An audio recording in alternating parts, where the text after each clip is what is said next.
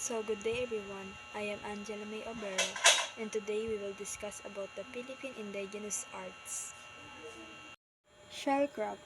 This craft involves using seashells as decoration of objects or surfaces and making fancy accessories.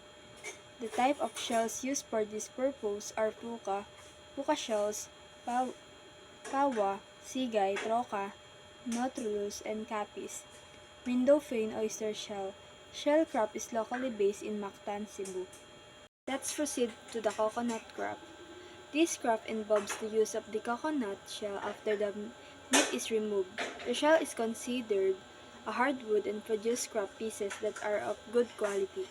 The coconut shells are carved into different designs, painted or varnished. Crafts from coconut shell can range from fashion accessories, table lamps, jewelry boxes, ashtrays, and other decorative souvenir items. The coastal areas of the Philippines where coconut plantations abound are the centers of coconut. Gamaba Awardees.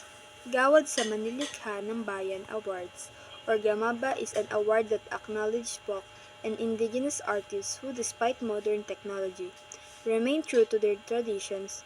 They are recognized by the Philippine government for their invaluable contributions to the preservation of country's cultural heritage.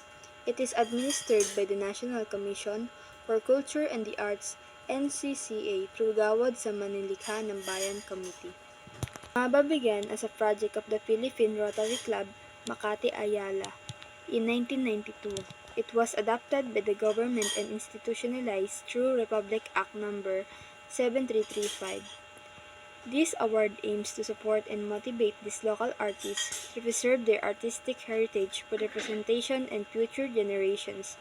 These artists are also recognized as the Philippines' national living treasures. Number 1.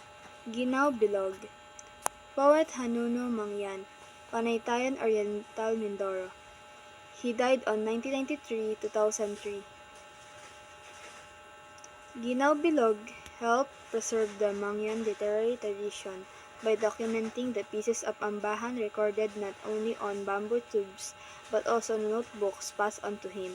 The ambahan is a poetic literary form composed of 7 syllables. It usually sung. Number 2. Masino Intaray, musician and storyteller, Palawan. Brooks Points, Palawan, 1993, died in 2013.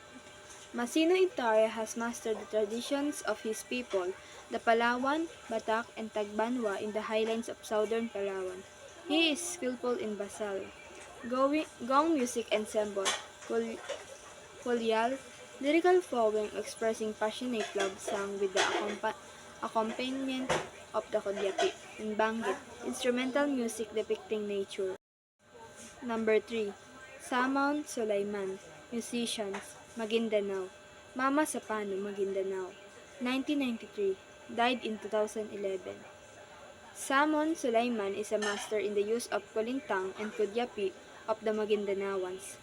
His extensive repertoire of Dinalayday, Dinapo, Minuna, and Binalig has demonstrated not only his own skills but their culture.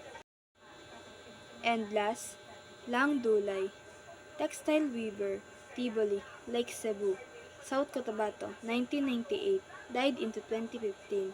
The Tibolis are known for their use of abaca fibers in textile weaving.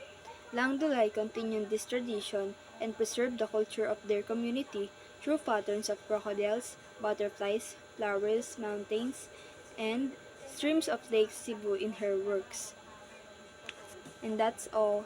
Thank you.